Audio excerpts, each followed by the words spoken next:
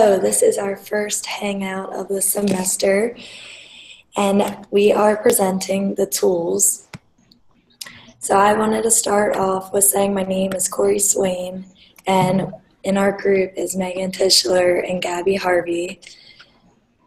With this hangout, we're going to be discussing tools for teachers, and I'm going to focus on the Formule, which is a website that you can go to, and I'm going to show it to you on my screen. So let me share my screen with you so you can see it.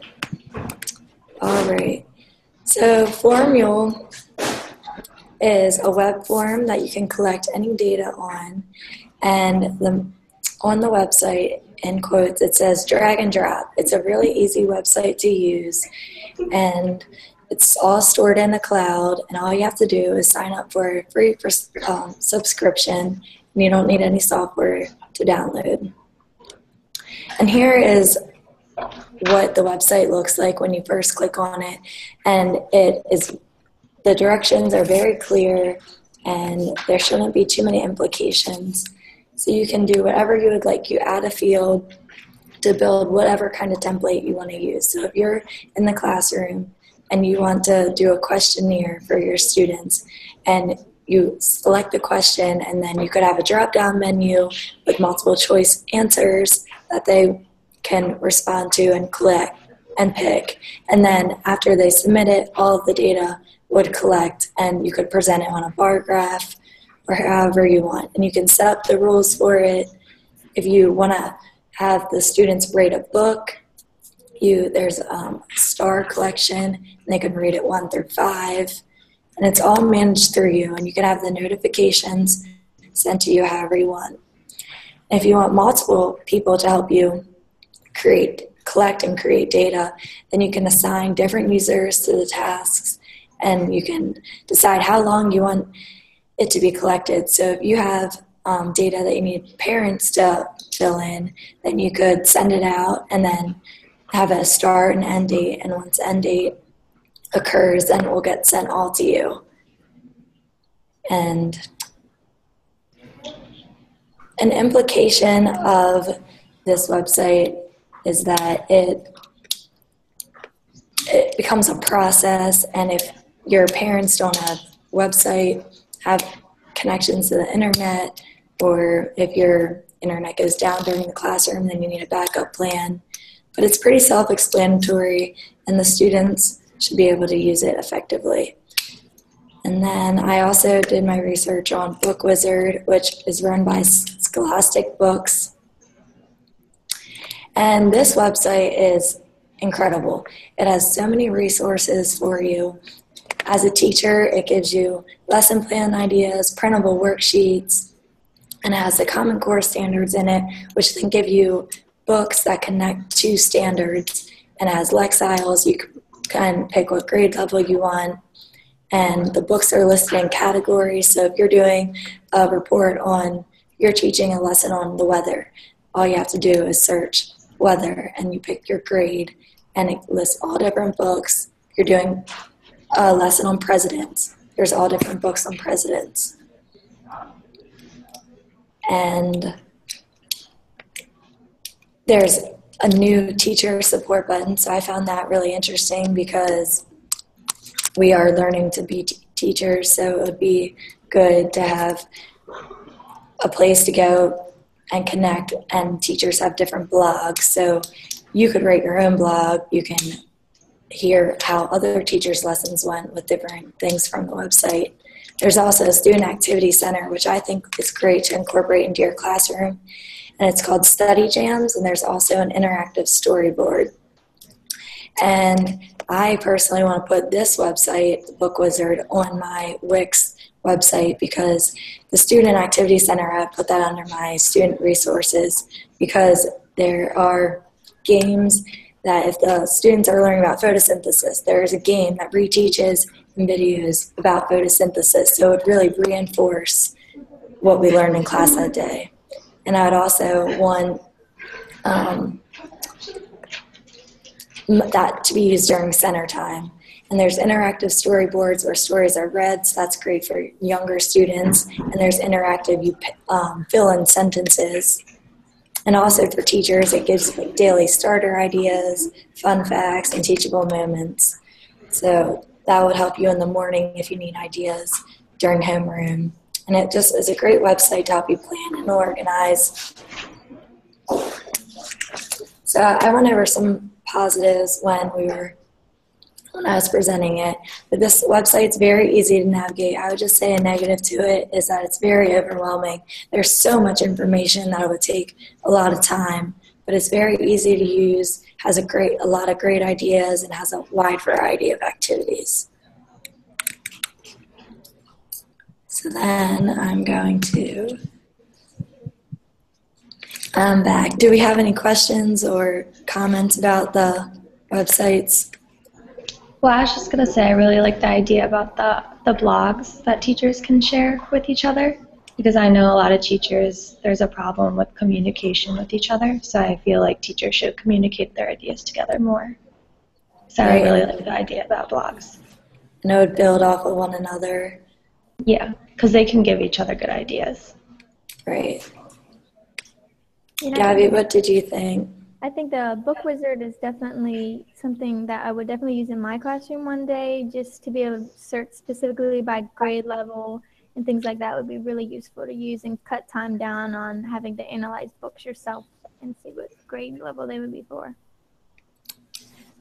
Yes, I agree with that. I actually used it in my one of my field placements that I had. My one teacher was having me look up different lexiles of the books so she could find what book would actually match with her students' needs. And it was through the Scholastic website. And Gabby, would you like to present yours? Sure, I would. I had two tools this time, and I'm going to share my screen with you so you could see my presentation. My first tool was called Crafty Extensions. And Crafty Extensions are extensions that a person can use on Chrome. They can download them right on their computer. They are for mainly teachers, presenters, anyone that has to do public speaking and uses some sort of presentation to go along with it. The purpose of Crafty Extensions is it allows presentations to smooth lessons for teachers to make easier and more interesting to students. There are 6 different Crafty extensions. The first is Crafty Level, which it allows whoever is using it that has it downloaded to see the grade level of any text on the screen. So it could be on a different website. You can analyze a paragraph on an article and see which grade level it was for. Crafty Write is a tool that will help you search for images that are free to use and share, so you would never run into copyright issues and things like that. Crafty Text allows you to display text largely in the center of your screen. It could be single word, a website address, and this can be used in the classroom when you're trying to emphasize a point and make sure everybody can see it if you're trying to maybe all have them go to a certain website. Crafty Cursor is really cool. It highlights the position of your mouse. So when you're giving a presentation and you're following along with your mouse, the students or anybody watching your presentation can clearly see where you're pointing to. Crafty Zoom is a magnifying glass. It allows you to magnify in any site, any specific thing you want to do without having the website stop you. And the last one is Crafty Copy, and this allows you to easily export lists of extensions when you're trying to import them and add them to a Google account. In order to get started with Crafty extensions, the website is www.crafty184.com, and it shows you all the list of extensions.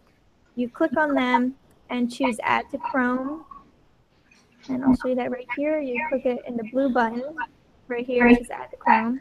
If you wanted to share it with somebody, you can choose the button next to it, and you can share it via Gmail. Use this in the classroom. There's numerous ways you could use every single one of these, and especially Crafty Text would be useful when presentations, when you're trying to emphasize main points. Crafty Cursor would pull in the students to make sure they're looking where you want them to be looking. And Crafty Level, of course, would allow you to see the grade level so you never have any confusion and make sure it's to the grade level you want for your students. Some problems with this: it can only be added to Chrome, so if you don't use Chrome as your main search engine, you may have some trouble with that. Also, if you make presentations at home, you have to remember that your computer school may not have these extensions added, so you have to make sure you add them before you want to do that. My second website is Kahoot. It's a web-based assessment, and we actually use it in class on the first day. When you want to get started with Kahoot, you go to www.getkahoot.com, and you can make an account, and this allows you to create games and quizzes for any age, any subjects. And it's also free, which is really great for teachers that don't have to spend any money in order to assess their kids right there in class. So when you have your student act with your activity, you have the homepage, and you're going to choose Play, Let's Go. So the student will click on that, and you will have a game pin that you would tell them to enter in, and it'll take them right to it. They don't have to make their own account or anything like that. When you're going to create your own, you can press Create to create your own quizzes and activities. Classroom applications. In this classroom, Kahoot can be used to assess kids with immediate feedback, so you can make immediate corrections when you know something goes wrong. You don't have to wait to a larger assessment to see that they were having trouble with a new topic and a new lesson. Some problems that Kahoot could have: if you have a large class, every student has their own device in order to pull this up on. So especially for a school that has not a lot of resources, children may also have difficult time following along, especially young children, because they have to do everything on their own screen. And those are my two tools, and now I will send it to Megan to do virtual. Okay, well, my tool will be shown on Gabby's screen. And the tool I did was TouchCast.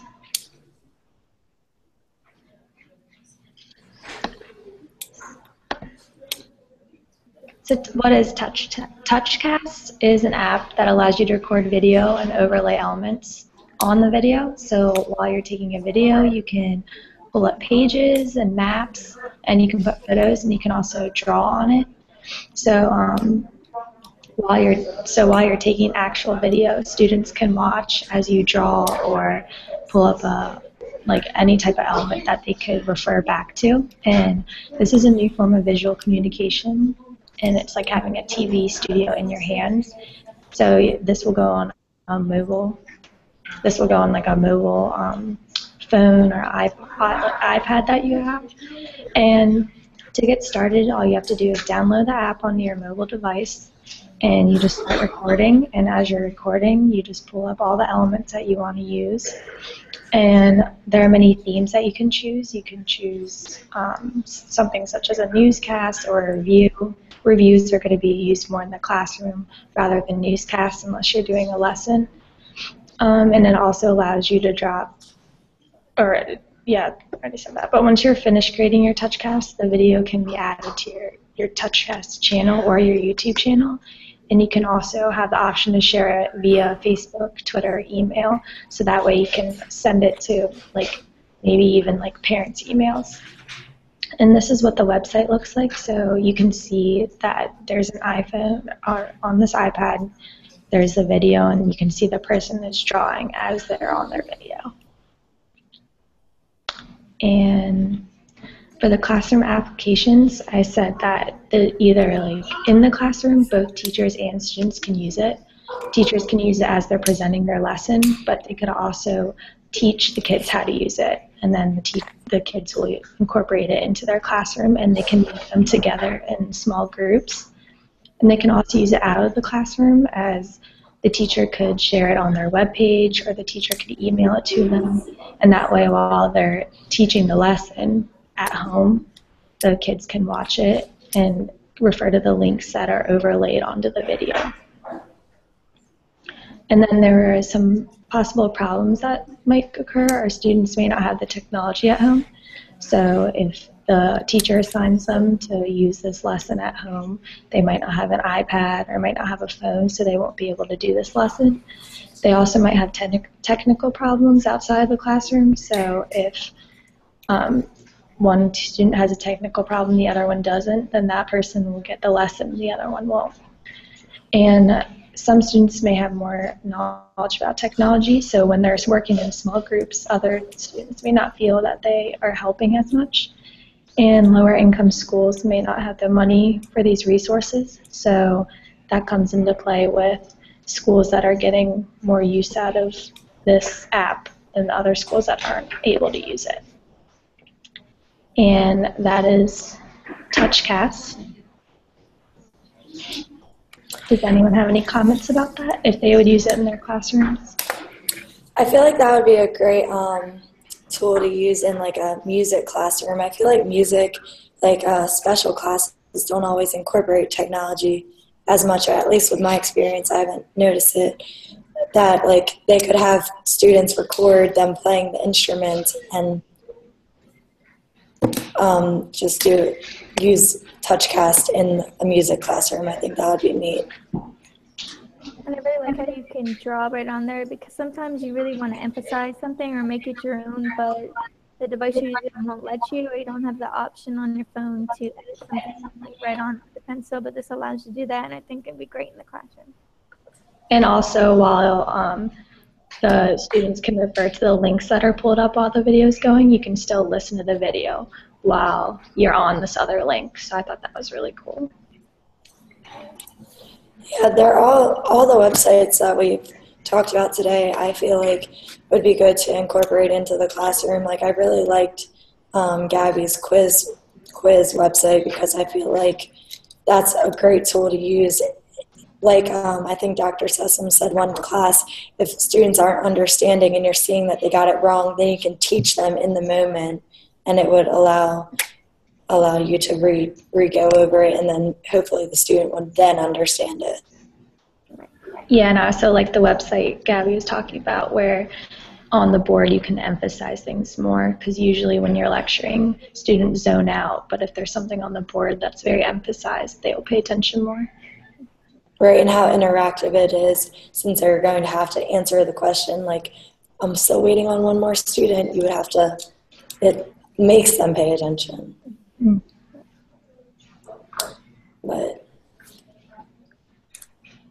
and then I just want to add to the formula that I did. I felt like that when you can create data, it really can keep a teacher really organized, and it allows you to see. You would get a notification, and it would put it on a spreadsheet, so you could really see what parent did it, and then you could send out another notification through the website, through the email, and then the parent gets it, which would be easier for parents that do have cell phones and could just do it right on their phone.